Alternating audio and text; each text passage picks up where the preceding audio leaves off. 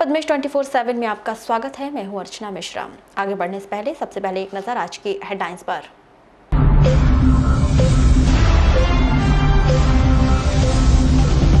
Aarogya Setu app ने बताया धार से लौटी नर्स को कोरोना पॉजिटिव। स्वास्थ्य विभाग ने किया खंडन, मोबाइल सेटिंग से हुई थी गलती। 9वीं और 11वीं के छात्रों को मिला जनरल प्रमोशन, शिक्षा विभाग ने जारी किए आदेश। 2 साल बाद भी नक्सलियों ने कान्हा राष्ट्रीय पार्क से लगे क्षेत्र में दस्तक, मंडला जिले में मचाया उत्पात। स्कूल शिक्षा विभाग द्वारा कोरोना संक्रमण की गंभीरता को देखते हुए सत्र 2019-20 के कक्षा 9वीं और 11वीं के विद्यार्थियों को प्रोन्नत जनरल प्रमोशन दिया गया है। इस संबंध में आयुक्त द्वारा सभी संभागों के संयुक्त संचालक और सभी जिलों के जिला शिक्षा अधिकारियों को निर्देश जारी किए गए हैं।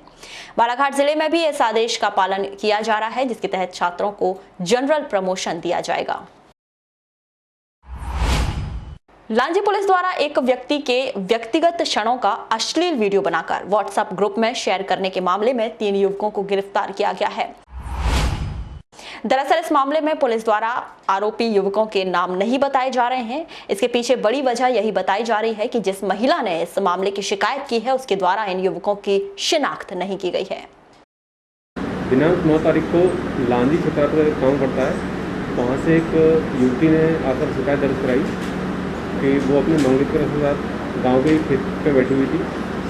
उस समय कुछ अज्ञात 3 लोग जो आए, उन लोगों ने उस युवती और युवक का अंतरंग पलों का जो वीडियो था उसको रिकॉर्ड किया। युवती ने उसको मना किया लड़कों को कि आप इस तरह की हरकत न करें, लेकिन उसके बावजूद भी मना करने के बाद भी उन लोगों ने वीडियो रिकॉर्ड करके वहाँ से मौके से भाग गए। और बाद में उस युवती के संज्ञान में आया कि उसका जो वीडियो था वो कुछ लोकल के व्हाट्सएप ग्रुप पर वायरल हो रहा था। जैसे उसको इस चीज़ की सूचना मिली, उसने थाना लांजी आके FIR दर्ज करवाई। हम लोगों ने 354C IPC और ITX 67A में अपराध पंजीबद्ध करके 26 जनवरी के अवसर पर शहर के मोती तालाब में 50 फीट का तिरंगा झंडा लहराया गया था। तूफान की वजह से तिरंगे का पोल क्षतिग्रस्त हो गया। दूरभाष पर चर्चा के दौरान नगर पालिका के CMO दिनेश वाघभारे ने बताया कि तिरंगे का पोल तूफान के कारण क्षतिग्रस्त हुआ है, इसीलिए तिरंगे झंडे को सुरक्षित नगर पालिका में रखवा दिया गया है। लॉकडाउन की वजह से मजदूर नहीं आ पा रहे हैं। जैसे ही छूट मिलेगी तिरंगे का पोल की मरम्मत का कार्य करवा दिया जाएगा। कलेक्टर दीपक आर्य ने अनुविभागीय अधिकारी राजस्व कार्यालय लांजी के सहायक ग्रेड 3 सुरेंद्र दुरुगकर को आगामी आदेश तक के लिए तहसील कार्यालय बैहर में पदस्थ किया है।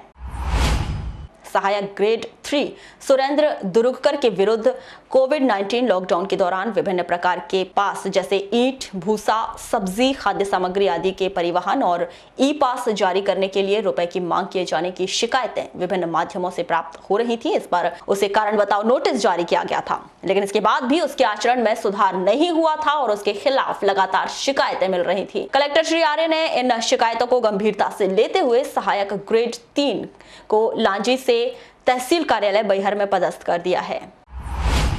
2 साल बाद एक बार फिर नक्सलियों ने कान्हा राष्ट्रीय पार्क से लगे हुए क्षेत्र में अपनी दस्तक दे दी है। इस दौरान नक्सलियों द्वारा मंडला जिले के मवई थाना क्षेत्र में उत्पादन विभाग के जंगलों में रखी हुई लकड़ी के लाट को आग के हवाले कर दिया गया और विरोध स्वरूप पेड़ों में पोस्टर लगा दिए गए, जिसमें बोडरा एरिया कमेटी द्वारा घटना किए जाने की जानकारी तक लिखी गई थी।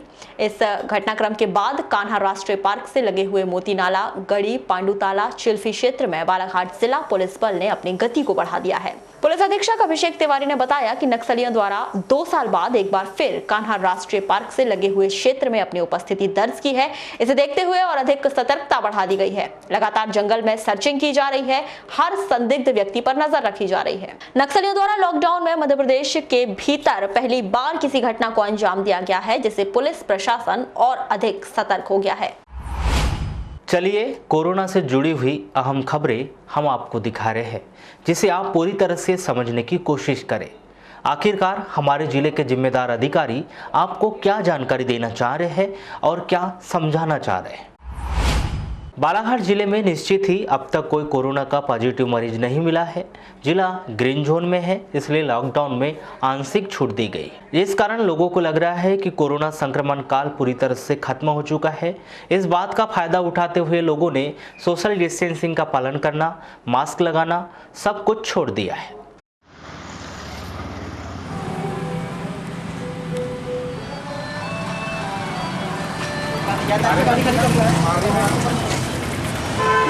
तो ऐसे नहीं भैया, कहाँ पे आप? उनको आगे निकालो। लेकिन परेशानी और चिंता अभी समाप्त नहीं हुई है। जी हाँ, परेशानी और चिंता अभी समाप्त नहीं हुई है। मध्य प्रदेश में सबसे अधिक दूसरे राज्यों से अपने गृह जिले लौटे मजदूरों के आंकड़ों की सूची में बालाघाट जिले का नाम 95,000 मजदूरों के साथ सबसे ऊपर है। बड़ी विडंबना यह है कि यह सभी मजदूर रेड जोन से बालाघाट में आए हैं।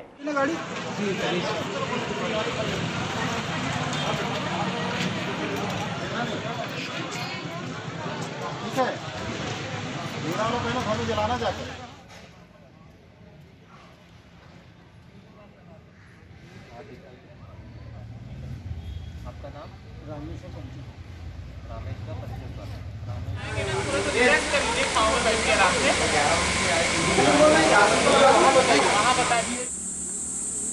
मांझी तहसील के श्रमिक साथीगण जिनकी स्क्रीनिंग एवं जांच हो गई है एवं तहसील काउंटर में जिनने एंट्री करा लिया है और पीला कार्ड प्राप्त कर लिया है, वे लोग के लिए लांजी तहसील वालों के लिए बस लग चुकी है। आप लोग अपना सामान लेकर के बस के पास जा सकते हैं। आप भी सीओटी जाओगे ना?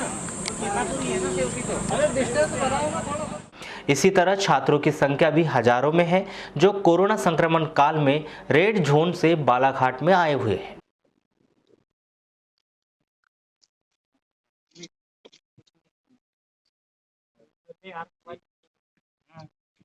यही नहीं, छत्तीसगढ़ और महाराष्ट्र से सिवनी मंडला जाने वाले लगभग 10,000 से अधिक मजदूर ऐसे हैं जो बालाघाट जिले से होते हुए गए हैं।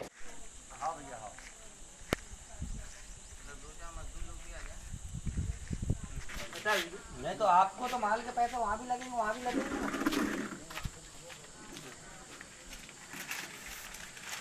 हाँ देखो वहाँ पे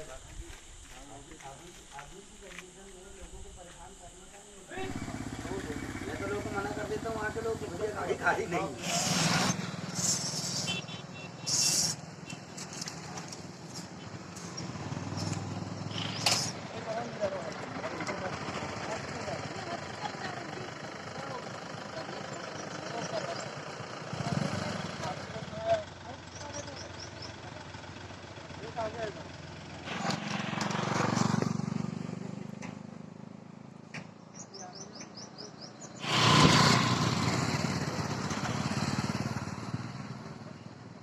इन सब बातों को देखते हुए 2 दिन पहले छिंदवाड़ा मेडिकल कॉलेज के डीन डॉक्टर रामटे के बालाघाट प्रवास पर आए थे, जिन्होंने 2 टूक शब्दों में कह दिया कि बालाघाट जिला प्रशासन और स्वास्थ्य विभाग आगामी दिनों में लगभग 850 बेड का अस्पताल तैयार रखे। आप और हम सभी पैनिक ना हो, इसलिए प्रशासन स्पष्ट तरीके से यह आंकड़े आपको नहीं बता रहा है कि आगामी कुछ दिनों में बालाघाट जिले में हमने और आपने लॉकडाउन का अच्छे से पालन नहीं किया तो ग्रीन जोन से ऑरेंज और रेड जोन में तब्दील हो सकता है। बड़ी परेशानी यह है कि बालाघाट जिले के भीतर विशेषज्ञ चिकित्सकों की बेहद कमी है, जिसे देखते हुए छिंदवाड़ा मेडिकल कॉलेज के डीन के द्वारा आगामी दिनों में छिंदवाड़ा या आस पड़ोस के जिलों से विशेषज्ञ चिकित्सकों को भी भेजने की तैयारी चल रही है।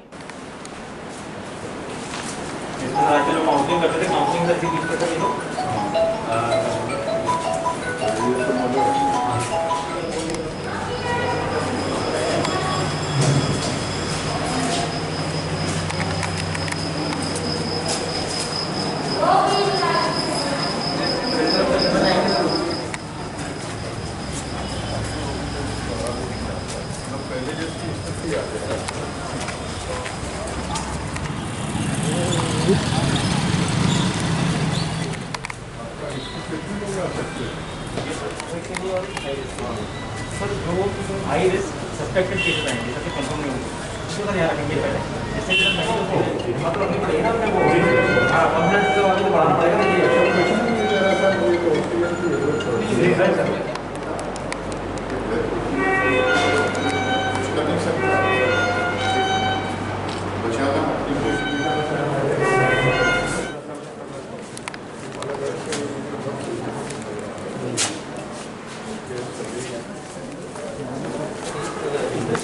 आखिरकार जब बालाघाट जिला ग्रीन जोन में है तो इतने बड़े स्तर पर तैयारी करने का क्या मतलब है? स्वास्थ्य विभाग के इशारों को समझिए और उसकी कार्यप्रणाली को समझने की कोशिश कीजिए। Civil surgeon doctor R K. Mishra स्वयं पद्मेश 24/7 से चर्चा के दौरान बताते हैं कि वर्तमान में सभी आइसोलेशन और कोविड सेंटर फुल हो चुके हैं। नया आइसोलेशन सेंटर गोंगले छात्रावास को बनाया गया है। आगामी दिनों में स्थिति को देखते हुए 850 बेड का और अस्पताल तैयार करने के निर्देश मेडिकल कॉलेज के डीन डॉक्टर रामटेकर के द्वारा दिए गए।